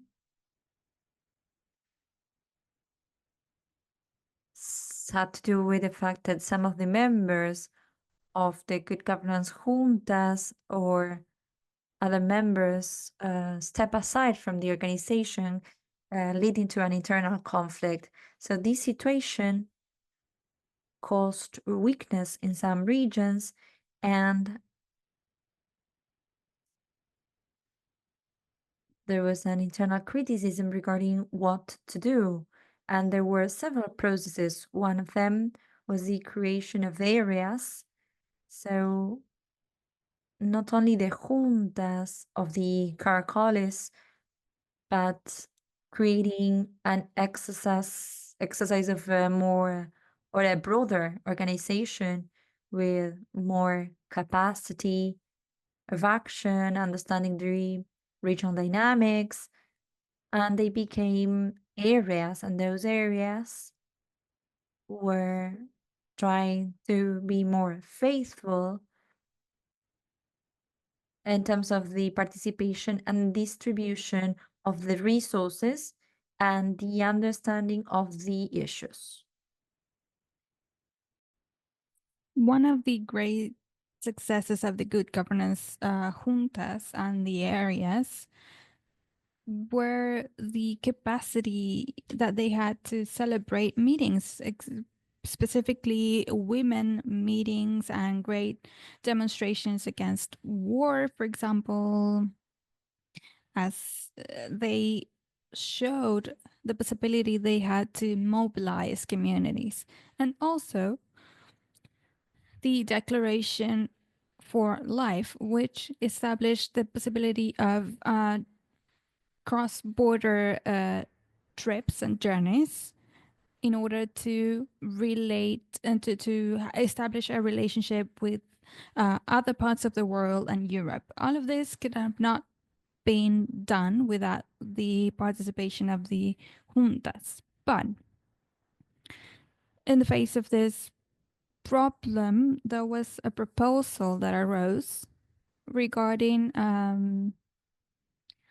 upending the structure in order to have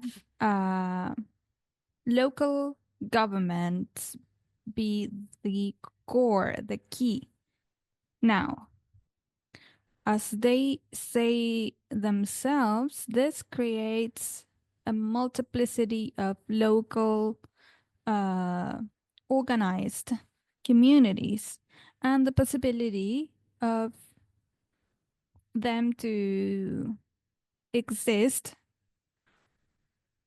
and the possibility of having all these autonomous governments be interrelated.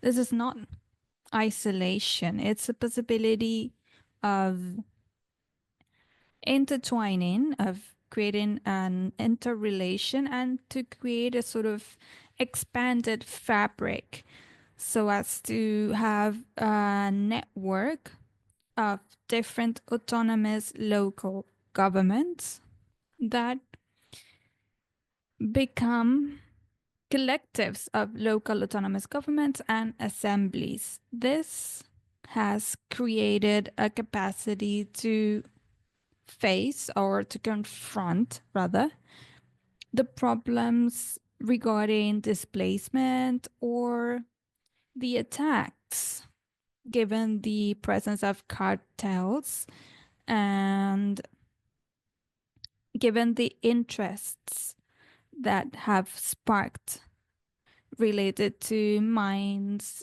oil, forests, migration. There was a sort of tie break, an attack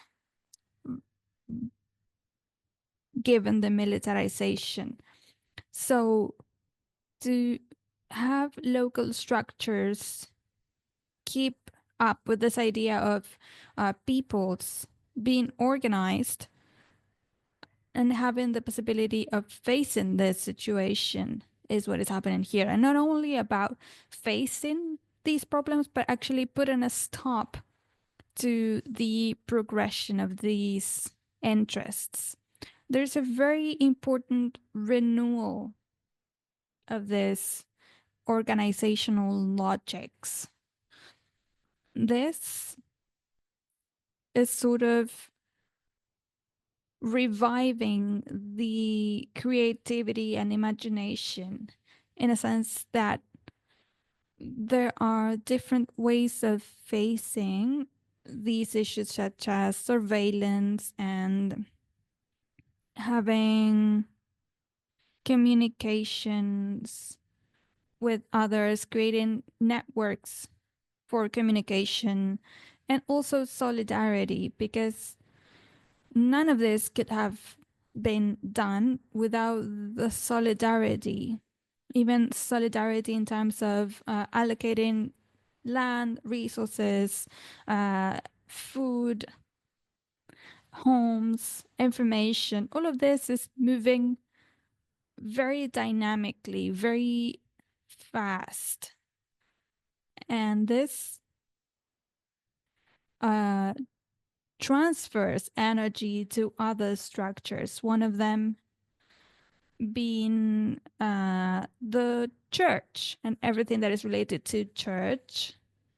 The church has organized many of these processes, and they are now becoming dynamic, and they are setting as a goal the respect to motherland and to our lives, non-confrontation, and not causing violence in the face of violence, but actually generating alternatives that do not entail violence, etc. So all of this is very much alive.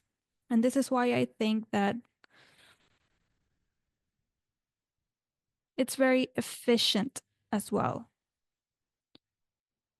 Just as Gilberto was saying, it's not isolated because it's part of a broader movement through the Indigenous National Congress and through other movements, as Claudia was saying, other autonomous movements that are involved and with which people are committed. And something else about what I said before is that they are young. This is the youth, new generations that are struggling this way. Thank you. Yes. Gilberto, would you like to say something? Yes, I believe Jorge has described this self-criticism in order to adopt these new methods. Zapatism is a process that is quite moving internally in terms of processing its own reality. In this regard, I think they are very much responsible in terms of the task at hand. I mean, even this way of experiencing their own reality is conveyed in the statements they issue. We receive frequent statements. The latest one, which I shared in the chat box with you, this was to organize an event, and it's very beautiful because this says this describes the characteristics of people who are committed, who are hardworking, etc. So in this regard, I believe that the task at hand for Zapatism, which have always said that they are not avant-garde and they are even against this concept that was used a lot in revolutionary processes before, well, in a way, they are our sisters and brothers, our elder brothers and sisters who, through their own experience, are calling us to fight for life. This great storm that they consider is unlike our current world, where they observe difficulties that are huge, and what they have called climate crisis and the collapse as well. Some writers have described it as a collapse. Well, they themselves have reflected upon this. The Commander Marcos, who is now a captain, recommended an excellent book that is called The Collapse, El Colapso. And there it is described as follows: the situation at all levels, political, socio-economic, environmental, it's so serious that many analysts believe that we could be undergoing the sixth extension, that we could actually be facing the non-survival of the human race. So, without actually going into detail about this concept of catastrophe, I believe it's important to reflect upon the scope of the Zapatist thinking, which is committing to a 100-year-long fight. They even recently said this in a statement they issued. We are thinking of the daughter of the daughter of the daughter of the current Zapatist militant or activist. So this is a very long-term struggle that where we cannot be left or defeated. We cannot give up, but it's a sort of bicycle, right? If you stop, you fall. So you have to continue forward in this struggle for resistance and for life. Thank you. So you have all spoken so beautifully. Maybe I could just add that the concern is not just about the organizational change, but then I also feel that this organizational structural change could be very inspiring, because I think there's sometimes we have always been talking about structures that become obsolete, or certain bureaucratization, or certain things could be happening when certain structures continue for 20 years. And so there is this, and so whether there is something creative, and what is the creative feature in this change. And as you said, they had been discussing it for 2 or 3 years before they came to this decision. So I think there's a lot that we can be learning from to see what they saw as the problem, and how they see as something that could be newly evolving. But I also noticed that at the same time, when they have this organizational change, they also propose that land is non-property. So they also stress this common nature of land. So there are also many things that they are also putting forth at the same time. And I think what just now you have stressed this new generation, because it's 30 years since the uprising in 1994. And so this is a whole generation that has come up, and so they would have their different ways of doing things.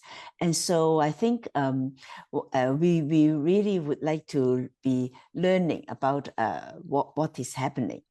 And I think this just now Gilberto mentioned that they are looking towards the future. They are saying that we need to look beyond for 7 generations, that would be 120 years from now. And so I think at the same time, when they have to deal with the present problems, they are also saying that we have to take into account the life of the 7th generation to come. And I think that is so important, that because so many things now are so short-sighted, they are for the immediate gains and sacrifices, especially to the environment, etc., and which need to be dealt with. And so this is a very important reminder that we need to look at the kind of catastrophes and crises that have been introduced into the present, that would be affecting the welfare and well-being of the future generations. So they talk about the 7th generation to come, but I think even if we can think of the 2nd generation to come, that would be good enough. And so today we also have some of our participants say that they had become a communist or a socialist at the age of 13, at the age of 14. So I think we are also hoping to see these teenagers, these young people from the Zapatistas, from Rojava, from different places, where they become committed to the struggle for their own future at the age of 13, 14. So I think that is also something that gives us hope, and also something that would be so important for us as teachers in universities or in different capacities. So I wonder if any of you would want to say the last words, because we should be finishing in a few minutes. So taking into account the conversation, I see that there are 3 great pillars of work that we should take on. You have spoken about local development and generation evolution. So the main challenge is now to see what we do in the face of the capitalist modernization and migration, especially of the youth, migration from the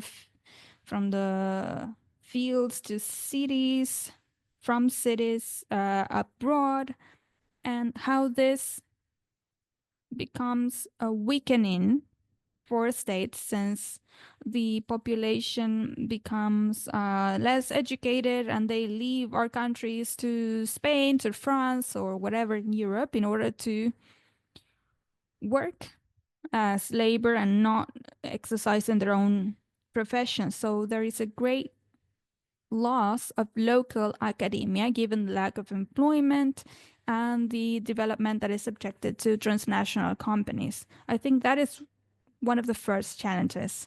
Then the second challenge is local social organization and the participation of society in terms of public institutions. There is an enormous challenge of electoral participation and the confirmation, the setup of political parties that divide or disintegrate community life. So what is the option of local development in the face of public policies that depend upon the International Monetary Fund and the World Bank that are only interested in privatization of state-owned companies, depleting natural resources, and the non-payment of taxes to overcome the situation.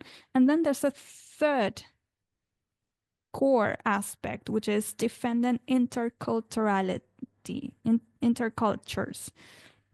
There's a multicultural development, supposedly, but indigenous cultures lose their own existential nature. We're not speaking about bilingual or trilingual communities, but actually having a single language to access jobs. If you don't speak English or French here in Ecuador, it's hard for you to compete for a public institution position. So there's this imposition that limits peasant communities.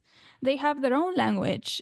There are only 2 languages recognized as a national language here besides Spanish, but that is not a guarantee for indigenous people to easily access public institutions, even though they are university graduates. So there is a challenge regarding interculturality, since there is this imposition of foreign languages in order to access jobs or grants. If you want to go to the United States or Europe, you have to speak English. Now in Ecuador, schools are mandatorily bilingual. Kids speak English quite well when they access school, because otherwise they will not have any jobs when they graduate university. So there is a challenge there in terms of strengthening social participation, citizen participation, and our own cultures. All of that should be a strategy for collective development, an international strategy that allows us to take advantage of conquered rights in other countries that could serve as international cooperation. So that would be my message. Let us take advantage of what we have already built in order to think of a collective future and to stop being isolated and to think ourselves as part of a continent. Thank you. Thank you. Thank you, Victor Hugo. And Juan, would you like to have the last word? Well, I think that the possibility of Zapatistas of experiencing a new use of land, not only of property, but the collective use, is going beyond the generational issues. For example, when it comes to the owners of the land. So I think that's something new that shows us how to be users of benefits without exclusively owning those benefits. So how we are able to achieve benefits, common benefits, how to use them, how we can have not only personal assets that lead us to greater consumption, but how we can have common assets and take advantage of them in a collective manner. Thank you. Well, thank you all, because this discussion initially, it was meant to be an informal chat among one or two of us, but then it has expanded. And thank you all so much for coming in despite the very short notice. And many of you maybe learned about this only today or yesterday. So, but then next time we promise to be better organized. But then this has turned out to be such a pleasant surprise that we have so many of you with us, with Jorge, Santiago, Gilberto, Victor Hugo, Jorge, Ishizawa, Juan, Claudia, Alicia. So our friends, so many friends from Mexico and from Latin America. So I think we especially miss our friends, our dear friends, Luis Lopez and Mayu, because they have been very dear to us, and it is very sad that we miss them so much. But then we hope that we will continue with these exchanges, and to be able to see you even just online is such a great pleasure. And of course, we hope that at some point we could still be meeting each other in person and hugging each other. So so next time, I think we can continue with this kind of exchange. And this is now the 30th year of the Zapatistas and the 50th year of the National Congress in 1974. So it has been, I think, the struggle has continued, the resistance has continued, and though we are faced with different challenges. So may I invite you to turn on your camera so we have a group photo.